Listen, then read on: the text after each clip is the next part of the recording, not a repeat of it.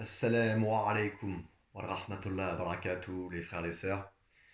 Petite vidéo sur les conditions dans lesquelles faire ses besoins naturels. Premier cas, alors il y aura plusieurs parties, je vais le faire en deux ou trois parties. Donc là, c'est la première partie. Le premier cas, c'est concernant tout ce que l'on pourrait porter, comme des pendentifs, des médaillons, tout type de bijoux, à part, selon quelques sources, euh, des amulettes où vraiment on ne peut pas faire autrement, on a été pris dans la précipitation, mais on évite d'aller faire les petites ou les grandes commissions avec des bijoux ou des cartes sur lesquelles serait mentionné le nom de Allah Azawajal. D'ailleurs, il y a un hadith qui a été rapporté par Abu Daoud, At-Tirmidhi, Nasa'i, Ibn Majah notamment, entre autres, qui dit que le prophète sallallahu alayhi wa sallam euh, avait donc une bague, le sceau avec le sceau de la prophétie, Mohammed Rasulullah, donc Mohammed est le messager de Allah subhanahu wa ta'ala. Et donc il a été rapporté qu'il l'enlevait lorsqu'il allait faire ses besoins. Deuxième point, c'est le fait de s'éloigner.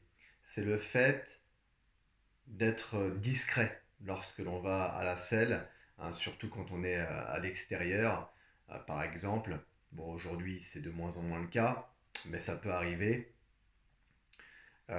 Donc de s'écarter, de s'éloigner, pour éviter d'incommoder les personnes qui seraient avec nous, comme par le bruit, l'odeur, etc. Donc rapporté par Jabir, donc hadith rapporté notamment par Ibn Majah, comme quoi le prophète sallallahu alayhi wa sallam, lorsqu'ils étaient en voyage, avait tendance à s'éloigner du groupe jusqu'à ce qu'on ne soit plus à la vue justement du groupe.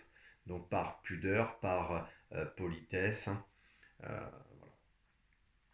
Et donc Abu Daoud, radiallahu anhu, lui aussi a rapporté dans une version un petit peu différente que le prophète sallallahu alayhi wa sallam avait l'habitude de faire ses besoins tout en s'éloignant de telle sorte qu'on ne le voit plus.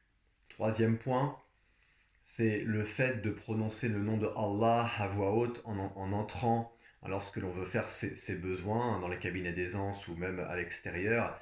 Euh, c'est de prononcer le nom de Allah et de nous préserver par sa puissance, par sa grandeur des shayatines, des démons, rajim. Et ça a été rapporté, donc Anas a rapporté que le prophète sallallahu alayhi wa sallam disait à chaque fois qu'il allait faire ses commissions, petites et grandes, Allahumma inni a'udhu bika min al-rubsi wal khaba'ith. Que Allah, la grandeur de Allah, par Allah, donc, nous protège des démons mâles et femelles. Donc ça, c'est un hadith authentique rapporté par Al-Bukhari, Muslim, Ibn Majah, Ahmed, At-Tirmidhi, Abu Daoud. Quatrième point, c'est le fait que lorsque l'on est donc, en train d'effectuer les commissions, d'éviter, de s'abstenir de parler, que ce soit avec un ami, un frère, euh, ou que ce soit pour évoquer Allah. Si on éternue par exemple au moment d'être dans les commissions, éviter justement le dire dans son fort intérieur, mais ne pas sortir les paroles. Ça a été rapporté par Ibn Omar, qui disait que le prophète sallallahu alayhi wa sallam avait dit de deux personnes qui discutaient alors qu'ils étaient en train d'uriner, enfin de faire leur commission, que c'était Allah abhorrait cette situation.